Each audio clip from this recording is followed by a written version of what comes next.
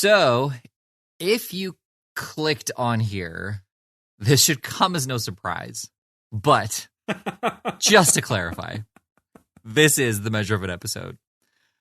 As you know. And if for some reason this is your very first episode, to fill you in, it is our continuing mission to explore what makes a Star Trek episode a proper Star Trek episode and not just quality or crappy TV, using 3 criteria. Paul, please tell us. Those 3 criteria are, number 1, does it have an expression of science fiction woven throughout the course of the episode? Criteria number 2, does it have morality woven through the course of the episode? Is there a sense of... It's not really another word for morality, is there? No. No. Moral, fiber, really. compass. Fiber, yeah. Woven. We used them all up. Anyway, is there any morality addressed in the episode at all? And I'm Jonathan. This week... and also this week, I am Paul. That was supposed to be just a little chuckle, and it came out as a wheezing laugh. Sorry about that. I'm excited to see who you are next week. Yeah, me too. Hey, one week I should be John, and you should be Luke. See if anybody notices. Wait, why are you? Do you keep what? Why do you get to keep your name? I have to do a entirely different. All right, fine. name. You be John. I be Luke. I don't care. The point is, we're Jean Luke together. That was my point. So you be John and I be Luke. Yeah. No, the other way around. Okay. No. Well, you're already John, so you can't be John. Right. Or you are John. No. Okay, I get it. Yeah. So I'll be Luke. Let's see if we can keep that up. How'd you come up with those names? Right. It was just randomly out of the hat. Because whenever somebody says Luke, I just immediately think something Star Wars, that I've missed some sort of reference. No, you be Jean, I be Luke. So together we're Jean-Luc. Oh, I totally missed that. Yeah, you did. Totally missed it. Didn't even, I was like, Luke. Why would he say Luke? And how is that connected to John, right? Is it John with an H or just an O?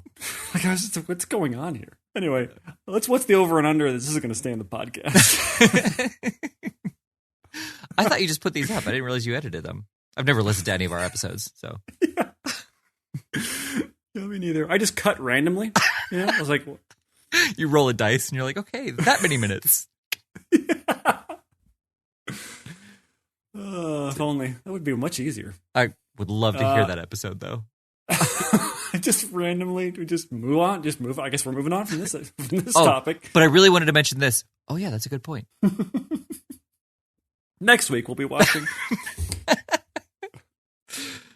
Well, should we get on with this episode? Yes. It gets cut out? So this episode is the Return of the Archons. It's episode 22 of the first season of the first series of Star Trek. That's right. The Prime series? Yeah. Prime the Star Prime Trek. Series. Yeah. And this is actually the very first episode where the Prime Directive was mentioned. Interesting. I actually was very surprised that when they mentioned that. I thought that for some reason that was a next-gen thing. And I'm sure we've talked about this before when they talk about it in the original series. I'm sure there's evidence out there, but I had forgotten. Because it was a surprise. I was surprised again. Yeah, we talked about it in the, I think in the Tahiti Syndrome, because that was definitely violating the Prime Directive. Oh no, that was what we were just talking about. We were talking about whether or not it was violating the Prime Directive. Oh, you mean when Kirk was banging the chief's daughter? Well, no, that was when we did talk about it. But the other part of it was when they diverted the asteroid. Like, is that violating the Prime Directive because they're not directly impacting the planet? Right. But it was confusing in this episode because there was a second Prime Directive in this episode that was listed like near the end. Anyway, so they used Prime a lot. They used that word a lot. Right. This is the prime location of this prime planet. I know. All right, but okay. The blurb.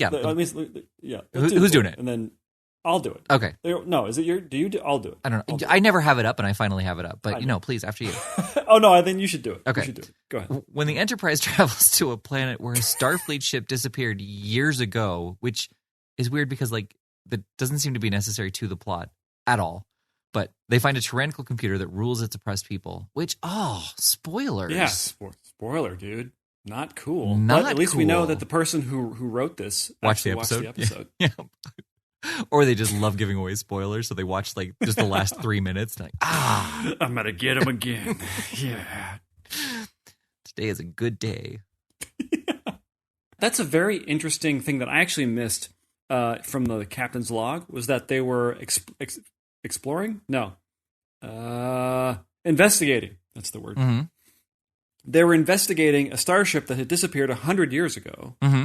And we come into it with the action already happening. They've been already, I can't think of this damn word, investigating. Sulu brought down a red shirt, basically. a friend. Yep. Yeah, a friend.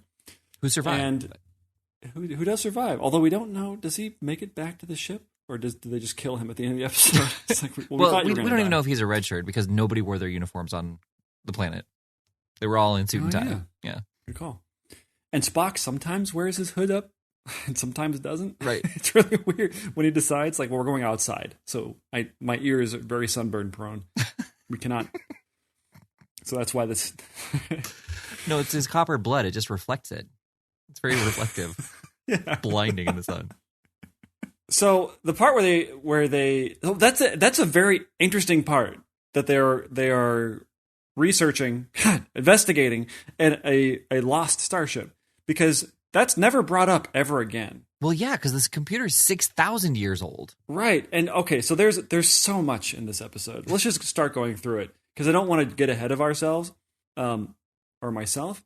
Can I not want to get ahead of ourselves? Yeah. Is that weird? We're having a discussion. I can't do. You don't want to get ahead of us. Right. Oh yeah. Okay. Yeah.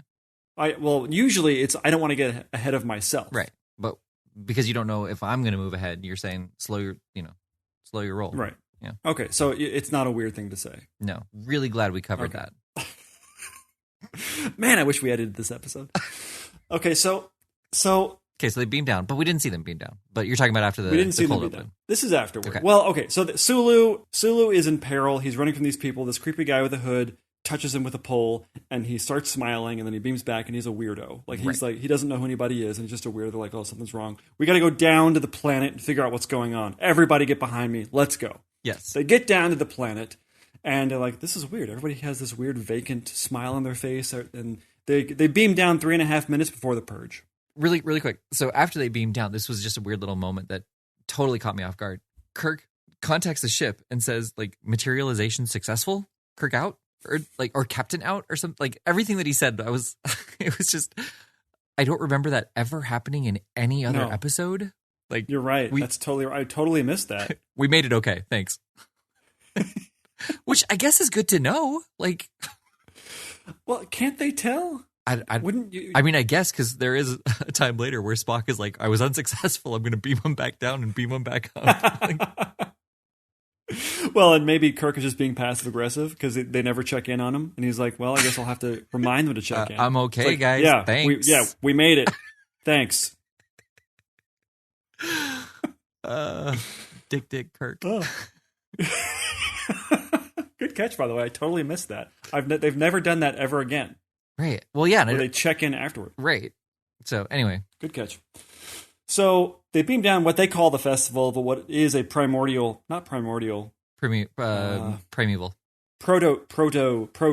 prototype purge. Okay.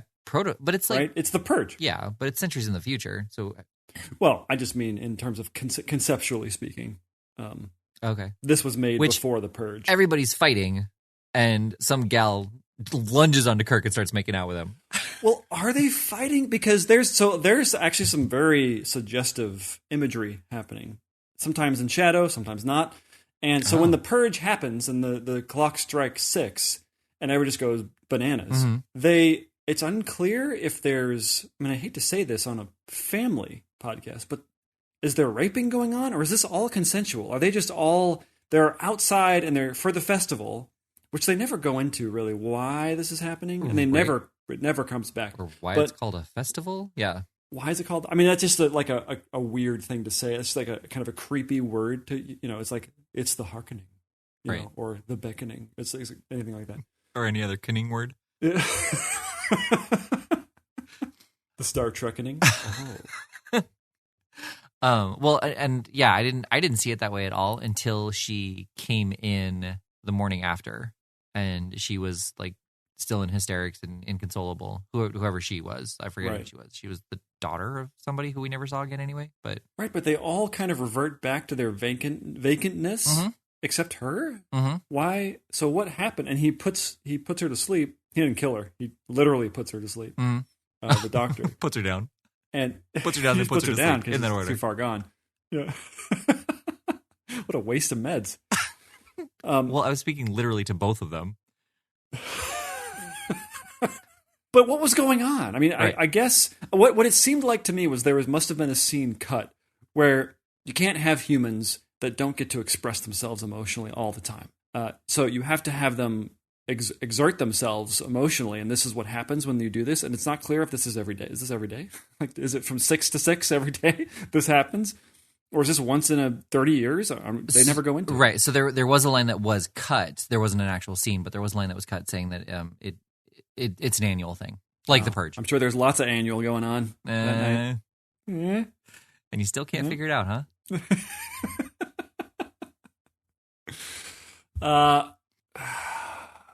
What were we talking about? The Purgy. Okay, the Purge. Yeah. So they kind of sit out the Purge indoors, and they're like, "You're not in the body, or of body, or in body." They were of With the body. body? Of the with Of the body. body. I'm with body. That's a horrible way to say I'm pregnant. Like, with child is bad enough, but with body. Like, I am with body. Yes. Thank you for asking. I just said hi. Can I have my coffee? I mean, we're just gonna. Why'd you take it? No, don't drink. Don't drink. Oh, no, just keep it. You shouldn't be drinking that anyway. You're pregnant. You're with body. You're with body. Yeah. I'll just get another one. It's fine. Wait in the car this time, please. I'm not very confused with who this person is. Right. Like, why do you not want this person who's in the car with you drinking your coffee? You're carpooling? That's got to be it. Because they're pregnant. Are you afraid you're going to catch it? Ugh. I don't want to be with body. You can have it. You're like dusting off your shirt. Like,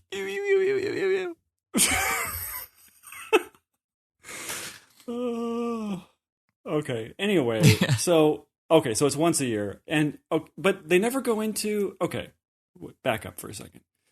Why are they humans? Well, yeah. So I took that to be the people. Well, I guess I don't know why they're humans now, but I took it to be the crew had been like absorbed. That's what I thought, but the computer was built 6,000 years ago. Right. So I thought that Right. this was and also they never say, "Oh, this was a colony." They never talk about how they're the reason that they're humans. Right. They just say, "Oh, these are," and they say it a couple of times. It wasn't a mistake. So how are they humans? Did the old race die out, and then the new race kind of took over for the old race?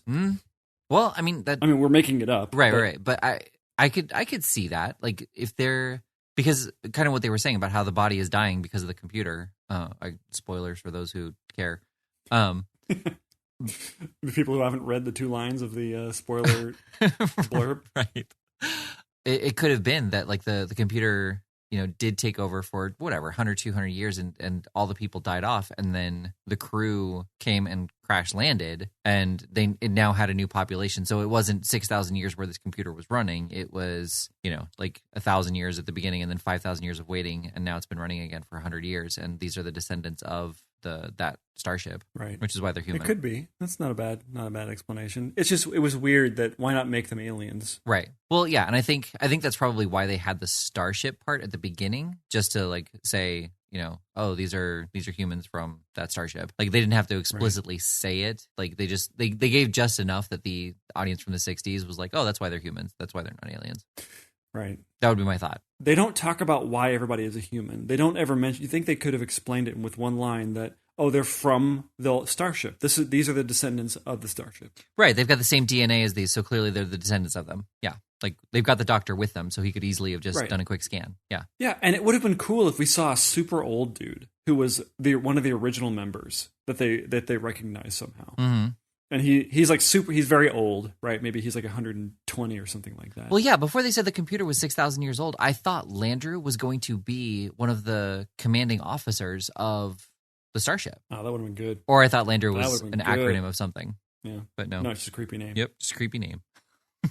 Too close to Andrew, so it's got to be creepy. Yeah. Well, it was probably a typo. It's L. Andrew. Lieutenant Andrew.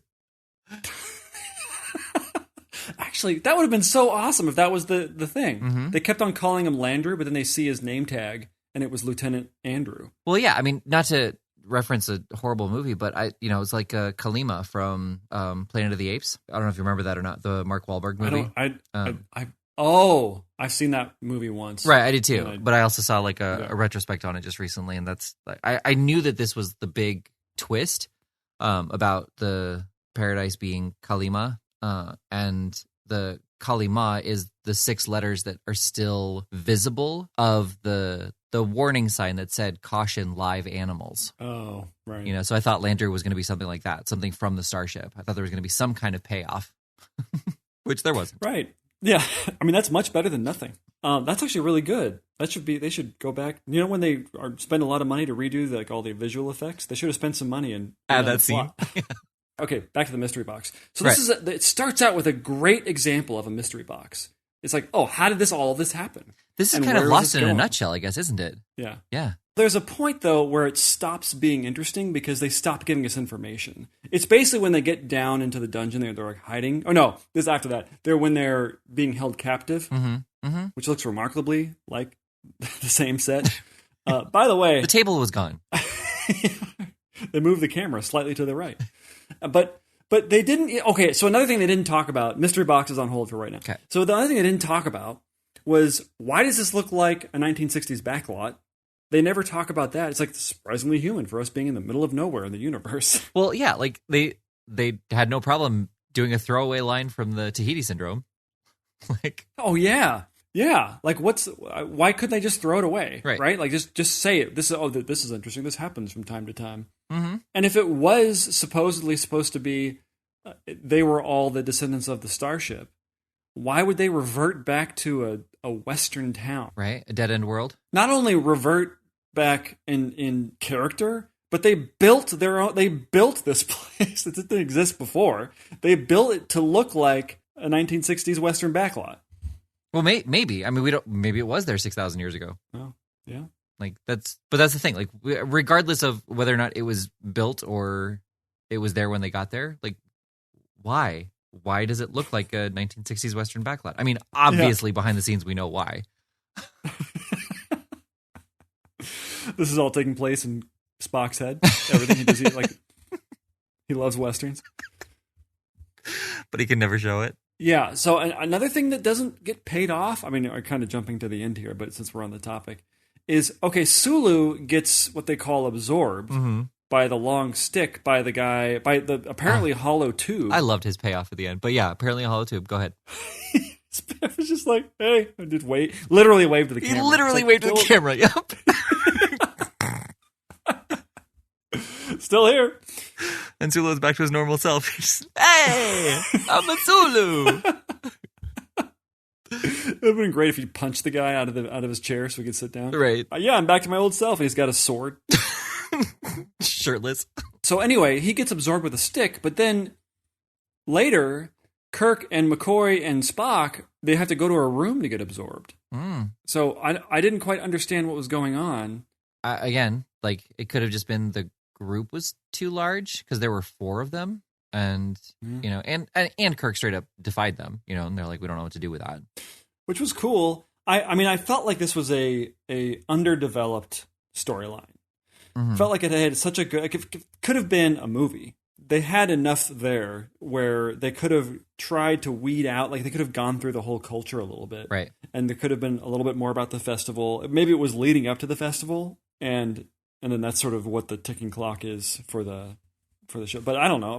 They felt like they had so much going for it, and then it just kind of ends where they have a conversation and they convince the computer to kill itself. Yeah, which again, it seemed a little too easy. Like, yeah, this is dumb computer. Yeah, for being like, I mean, I guess there were 3 buttons on it. So right. I feel like the other times where they've beat the computer, it's been a little bit more like genuinely logical. Well, and clever. There was something clever about this. Yeah. And I felt like, I mean, in a science fiction realm, I felt like this was a science fiction concept, but like if this were a book, I feel like the conversation you would have to have with a computer to convince it that it is the evil would have to be eons long. Well, I think they also just kind of told the computer that it was the problem. Like they didn't allow the computer to logically get there. Right. They just yelled at it. Yeah. And it yelled. Then it yelled for help. Right. For mommy. That's what it felt like. Yeah. And then like Kirk and Spock basically high five each other and are like, they turn to the guys and they're like, good luck with your chaos, and like walk away. He was kind of a dick to those two guys. Totally was. I want to find a new job. Right. It's like, are you kidding? My whole world was just turned upside down. No, like, you just like it's basically going to be a festival for the next 50 years. Yeah, you literally destroyed my god, like in front of me. Yeah, might need somebody to clean that up. Throws the towel at him. This is for you, kid. Yeah. One to beam up. Sir, what about me? One to beam up. Fine. Yeah, I don't know. It kind of just ended. Yeah. It was kind of interesting. I mean, it was interesting that they kind of called that Landru was not talking. They were not having a conversation the first time they showed him, but that it was just a projection. And Spock calls it. And he's like, well, he doesn't hear you. And then they later have another projection of Landru. And what? Just that. Spock was like, Captain, he still can't hear you. I think I'm getting through to him. Just 5 more minutes. That is still a projection, Captain. Actually, it's been a wall. Just a wall for like 5 minutes. Yeah. But yeah, like I don't know. It was interesting. It was cool, and I dug the whole thing about the Prime Directive. How they were, they thought we needed to pull the plug, and Spock chimes in. Is like, hey, wait a minute, aren't we kind of breaking our own rules here? Right. And he says, and I don't remember how it was easy to talk Spock out of that, I guess, but I don't remember how did they get to like, no, we're gonna find him and kill him. Nope, I don't remember either. I don't like. Yeah, me either. Yeah. So clearly, it was a riveting conversation that was, took major persuasion. Well, it's like they ran out of time. It felt like there was a lot cut out of this. See, and it also felt like they just in a nutshell. Like they present all the mystery boxes, and when they get to the end, they're like, no, we ran out of time. And and what's even funnier about that is this episode was one of the episodes that was pitched to be the pilot. So really interesting. Yeah. So again, it was an episode where they had time to figure out the ways to edit and revise it. And when they got to the episode, they're like, "Oh, nope, sorry, we ran out of time. We won't be able to answer all those questions." I didn't like the whole Western feel where somebody called the production office of Star Trek and said, "Hey, we're not going to be on our Western set for 2 weeks. You want it?" Right. And they're like, "We'll take it." Yeah. Yes, please. Yeah. And they just do a find and replace for alien civilization with Western town. But I don't know. Like it felt like they could have done so much more with it. I guess that's the theme. Yeah. To me, it was a proper Star Trek episode. Yeah. No, I would agree with that. There was definitely the Prime Directive dilemma. Is that kind of what you're taking? Yeah. Okay. Yeah. Yeah. Yeah. No, that's fair. I mean, it was definitely presented and discussed and concluded. Was it discussed though? Maybe not. Let's think about this for a second, because there was not a discussion. Spock brings it up, and apparently, according to our memory, is totally dismissed. So he challenges him. Spock says, "Our Prime Directive of non-interference," like reminding him of it, and Kirk says that refers to a living, growing culture. Do you think this one is? Right. So, and Spock raises his eyebrow and stops talking. Oh, that's a yes. Oh, we got a yes. That was the other thing. The person who they meant to go see, like Marplon was his name. Yeah. And he said, I'm the one who Rager has been communicating with, and everybody else called him Rager. Even to his face called him Rager.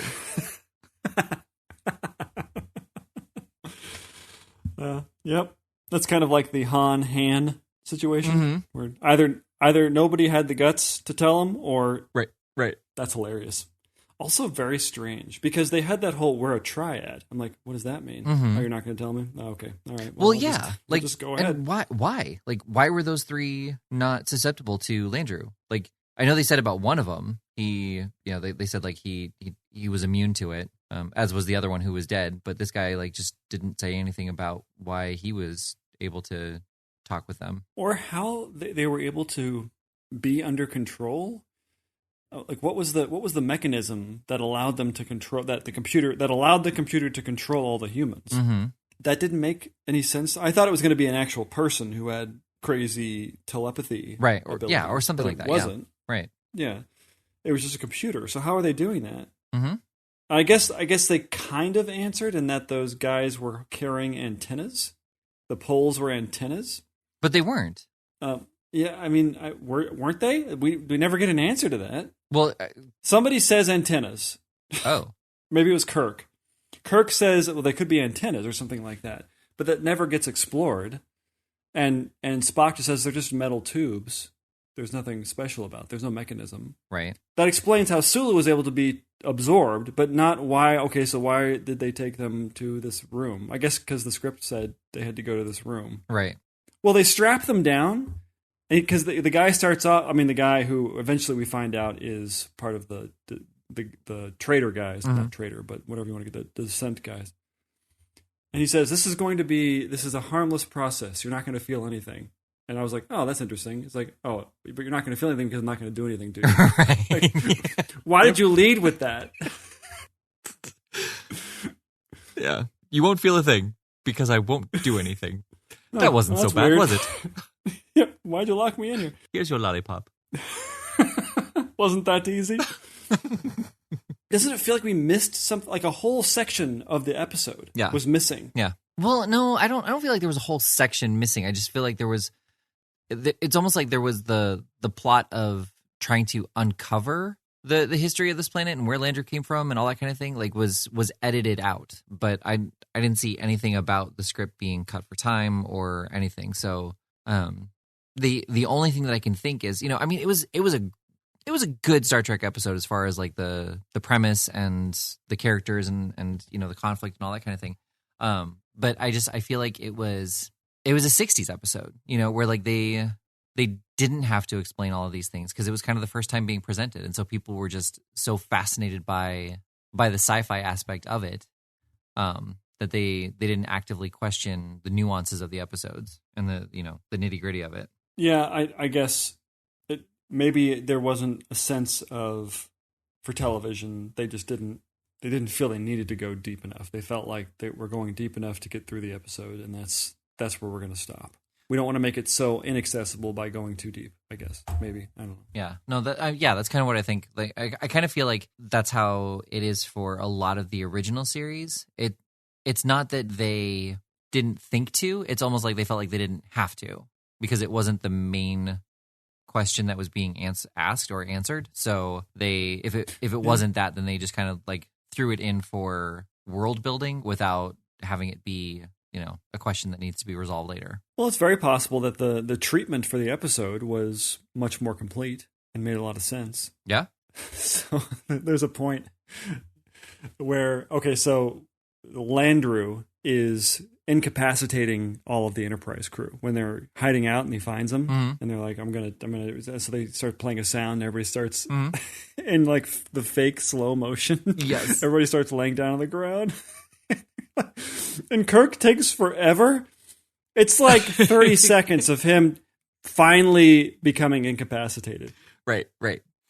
Well, and it's so funny because like as I was watching that, I was thinking that that's just classic Star Trek. But then I started thinking about it more, and I kind of wondered, is it literally classic Star Trek? I don't remember that happening in TNG or anything else beyond that, where they do have that slow writhing in agony. No, that never happens. I mean, if anything, when Riker gets shot with something, he looks like a normal person when they get shot. He like makes a grimace and falls to the ground. Yeah.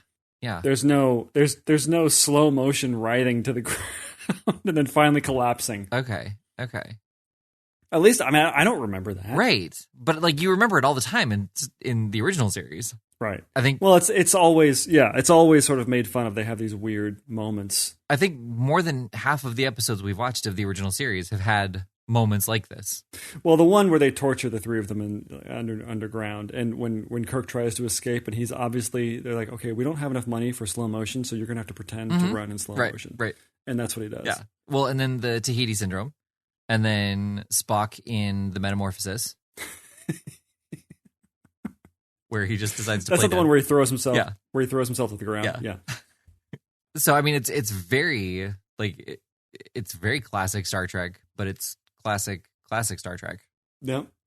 You're right. That's totally true. I mean, maybe throughout the course of this podcast, we will see that. We can prove that. Right. That's our third criteria. And is there some form of bad writhing? I thought there was going to be one of those things where they try, like Spock, it doesn't work on Spock, and they try and absorb Spock, it doesn't work, and he kind of comes to save the day. That is absolutely what I thought. Like, I thought that Kirk had been absorbed, and it would not work on Spock. I guess I'm glad they didn't do that, because it was unexpected. But it was kind of cool. It was kind of interesting to watch Spock pretend to be enlightened, not enlightened, but happy, I guess. Right. Yeah, just his peace and joy friend. Yeah, and they buy it. Like, wait a minute. Right. Hold. Your words say one thing, your face says another. Yeah. You're not pretending, are you? I am of the body. Yeah. No, see? I said that, therefore I must be, it must be true. Yeah. Friend. Pulls up a piece of paper and reads from it. Friend. There is an episode that I'm excited to get to, and who knows when it will be, but when Spock thinks that Kirk is dead, and he does get beamed back onto the ship, and Spock grabs Kirk with both shoulders and just kind of spins him around and gives him this like huge grin and says, "Jim, or you're alive," or something like that, and he immediately catches himself. And it's just this great moment of Leonard Nimoy's acting where that's how that Spock was right. Was so devastated, and to find out that he was wrong. Like, he was just thrilled to find that out. It's a very cool moment. I'm excited to watch that episode. I don't know which one it is. Do you want me to find out, or do you want it to be a surprise? Maybe we should make it a surprise. Okay. Then I won't stick to the format. Right? No. Like, I'm not saying we always stick to the format. We never deviate from the format. Ever. Having said that, we have there may be times been invited to join another podcast, and so when that comes around, we will be watching a very specific episode that relates to time travel. So we will be deviating at that point. And if you become a member of our Patreon and request an episode that you would like to hear us analyze, because either you want to hear our thoughts on it, or you believe it is not a Star Trek episode, but based on our criteria, it is, or anything of the sort, you just want to hear us talk about your favorite episode, then you can become a member of our Patreon and tell us which one it is, and we will give you a shout out and watch it, or not give you a shout out if you request otherwise. And we'd love to have you. So please check us out. Or you can just send us an email. Happy to get emails too. Yeah, we did get one. From the Funnest Frontier. That was cool to know that he is still listening. That was actually very nice that somebody is actually still listening. Yeah. We love that. Well, and actively listening and actively responding. Thank you. We appreciate that. Yeah. So to the rest of our listeners, if you haven't heard the Funnest Frontier, completely different format, but it's still, he's actually covering Lower Decks. So it's good if you want to get some current Star Trek, some new Trek rather than classic. But yeah, I would agree with you. It was a Star Trek episode. I think that I think it would have been nice to have those questions. I actually was pleasantly surprised with this. I kind of forgot about the whole Western thing, which is never addressed ever. It's just so weird. It's so weird. It bugs the shit out of me that it. No, the thing that surprised me about that was they were in a Western town and then got taken to a medieval dungeon. Like,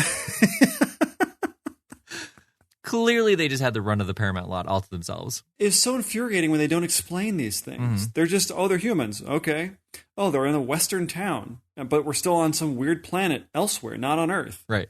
It bugs me that they don't, and it's so easy to fix. Yeah, just you quick come up with a line. line. Yep. Yeah. I did get why they dressed up for it though. That was just to make sure that they blended in for their. But they never once said, "Why am I dressing up like a cowboy?" Right. They never said that to themselves. Right. Well, maybe they did, but it was just to themselves. We didn't hear it. We just I don't know. And why were the other guys wearing robes?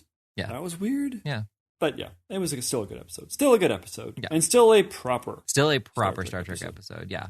Yep. Yeah. I think that if this was done in one of the newer series, like all of our questions would have been answered. I think that this episode would have like taken the time to do that, either with throwaway lines or as part of the overall story. But it just wasn't needed at the time. Yeah, I would have loved to have seen a next gen version of this. Oh, sure. It would have been much more interesting, I think. I wonder if there are any episodes, because this is the one of either 4 or 5 where Kirk outsmarts a computer, and I wonder if there are any episodes of Next Generation. I can't think of one where the villain winds up being a supercomputer that they outsmart. The only one I can think of is the one where Barclay sort of becomes a computer, and they have to outsmart him in some way. I don't remember why or how, but that's why we're doing this podcast. Yeah, we'll find out. Let's see if it's next. And it could be this one. Right? Let's go find out. The Next Generation. Sweet. Season 6. Okay. Episode 19. Okay. Lessons. All right. I don't know why I'm saying it like this is some sort of reveal. Like, Barclay gets smarter and smarter as he turns into a... No, it's Captain Picard falls for the new head of the Stellar Science Department, but has misgivings when he's forced to assign her to a dangerous mission. It's a character episode. Okay. Yeah, but it's Picard. Like, it's just... Yeah, it's... I mean, look, he's a great actor, but I want him doing sci-fi stuff. I don't want him... I don't want him going to the farm, you know? Right. Oh, that reminds me. The First Contact episode is actually a somewhat of a sequel to that episode where he goes to the vineyard, because his brother tells him to not drink the wine alone, and so he then pops it with the... Oh, interesting. Yeah. Well, I guess if I should have known that. No, yeah, because we haven't watched that episode. Oh. I'm sorry. I thought that we've talked about that episode. We've referenced it so much that I actually I false remembered watching that episode. I'm looking forward to it. I remember it being very hokey, and I wonder if, like, now that I'm older and I've just had more life experience, I wonder if I will still find it hokey or if I will appreciate the conflict between him and his brother. That could be interesting. I mean, maybe I'll like it now. Right? Who knows? Yeah. All right. Well, yeah. We're not watching that one. Let's go. Let's go watch Lessons.